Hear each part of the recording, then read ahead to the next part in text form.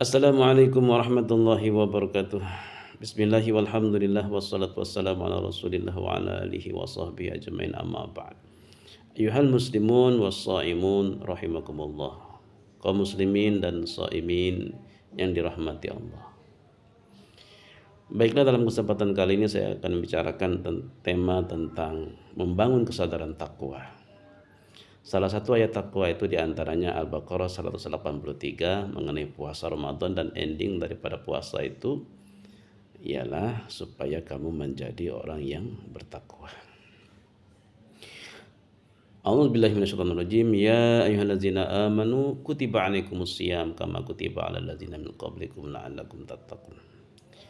Wahai orang yang beriman, diwajibkan atas kamu itu berpuasa sebagaimana diwajibkan atas orang-orang sebelum kamu, supaya kamu menjadi orang-orang yang bertakwa. Jadi ending daripada puasa itu supaya kamu menjadi orang yang bertakwa. Ketika dia menjalankan puasa, maka dia insya Allah akan menjadi orang yang bertakwa. Tapi masalahnya, perintah Allah itu bukan hanya puasa. Puasa itu salah satu di antara perintah. Maka takwa tadi artinya, dalam salah satu penjelasan dalam kitab tafsir Jalalain itu menyebutkan arti daripada takwa itu ialah imtisalu awamirihi wajtinabu nawahi, menjalankan segala perintah Allah dan meninggalkan segala larangan-larangan Allah. Nah, perintah Allah itu masalahnya sangat banyak, termasuk diantaranya kutiba alaikumusiyam. Kutiba alaikumusiyam, kutiba di situ artinya furido, diwajibkan. Alaikum, kum di situ artinya di jami'il muslimin, di jami'il muslimin akilan balighan rijalan aw nisaan. Jadi kum di situ artinya diwajibkan kepada kamu semua kaum muslimin yang balik, berakal, baik laki-laki ataupun perempuan. Maka ketika dia tidak berpuasa, yang berdosa itu yang bersangkutan. Maka kewajiban di sini juga, atau taklif beban hukumnya di sini ialah taklif beban hukum aini, per orang per orang, atau kewajiban individu. Nah, ada lagi perintah Allah itu yang diwajibkan kepada seluruh kaum muslimin, tapi itu diwakilkan. Misalnya Al-Baqarah 178 mengenai perintah Allah yang sama sebenarnya. Ya ayyuhallazina amanu kutiba alaikumul qisasu fil qatlah. Wahai orang beriman, diwajibkan atas kamu itu melaksanakan qisas dalam hal pembunuhan. Jadi kutiba alaikumul qisas, kumnya di situ diwajibkan kepada seluruh umat Islam, tapi kewajiban itu kewajiban kifai, kewajiban yang diwakilkan. Siapa yang menjadi pelaksananya di situ atau taklifnya di situ? Maka yang punya otoritas untuk menghukumi itu hanya negara, negara atau penguasa. Nah, begitu juga misalnya dengan Al-Baqarah 216, kutiba alaikumul qitalu wa huwa kurhul lakum. Diwajibkan atas kamu itu berperang atau berjihad di jalan Allah, yang itu tidak kamu sukai. Jihad itu tidak disukai, tapi diwajibkan Allah. Nah, perintah-perintah yang seperti ini adalah perintah-perintah yang bersifat kifai, yang diwakilkan. Dalam hal ini adalah kepada penguasa. Nah, jadi ketika penguasa abai, maka kumnya itu semuanya kena. Kecipratan dosanya itu kepada seluruh kaum muslimin.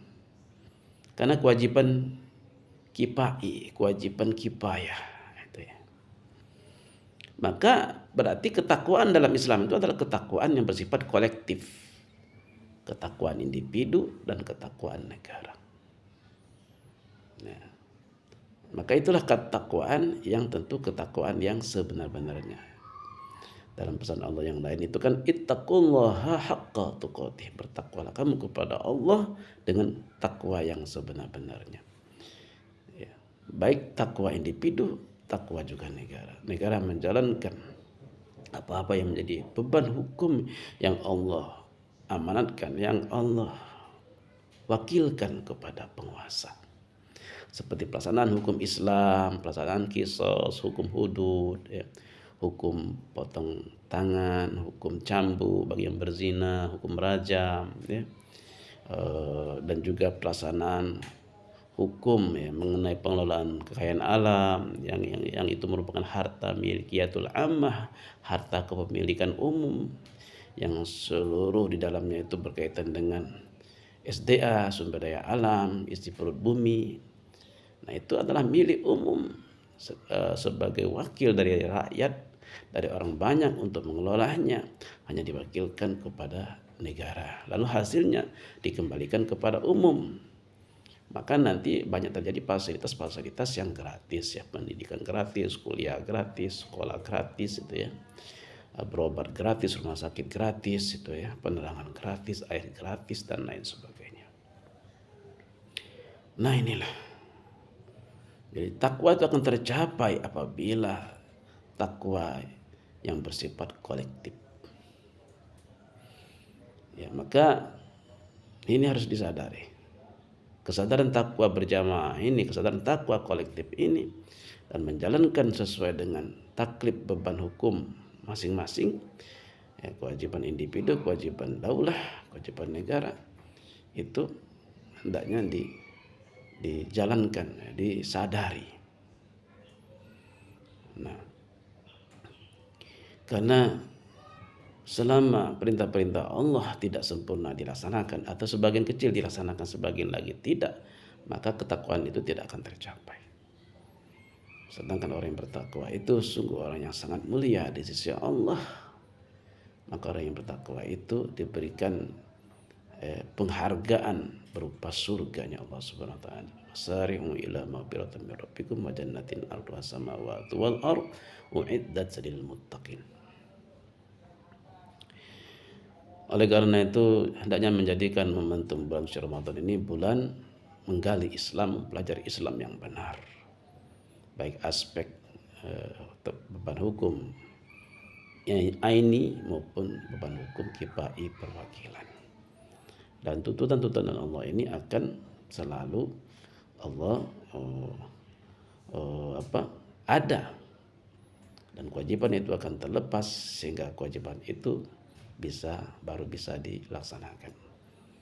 Jadi selama tidak dilaksanakan, maka kewajiban itu tetap saja menjadi tanggungan dosa, ya, dosa bagi kaum muslimin. Maka kita harus mempunyai kesadaran kolektif untuk bersama-sama untuk membangun opini kesadaran takwa secara kolektif, takwa individu, takwa juga negara. Kita harapkan dengan momentum di bulan suci Ramadan ini dosa-dosa kita diampuni oleh Allah. Jangan seperti hadis Nabi mengatakan, ya, raghima anfu abdin au ba'uda dakhala alaihi Ramadan falam yughfar lahu, rawahu Imam Ahmad. Yes. Celakalah orang yang berjumpa dengan bulan suci Ramadan, lalu berlalu bulan suci Ramadan namun dosanya belum diampuni oleh Allah Subhanahu wa taala. Tentu kita tidak mengharapkan seperti itu. Maka kejarlah takwa kolektif ini. Takwa individu juga takwa negara menjalankan hukum-hukum Allah Subhanahu wa taala. Barakallahu li wa lakum wa nafa'ani wa iyyakum wal afu minkum. Wassalamualaikum warahmatullahi wabarakatuh.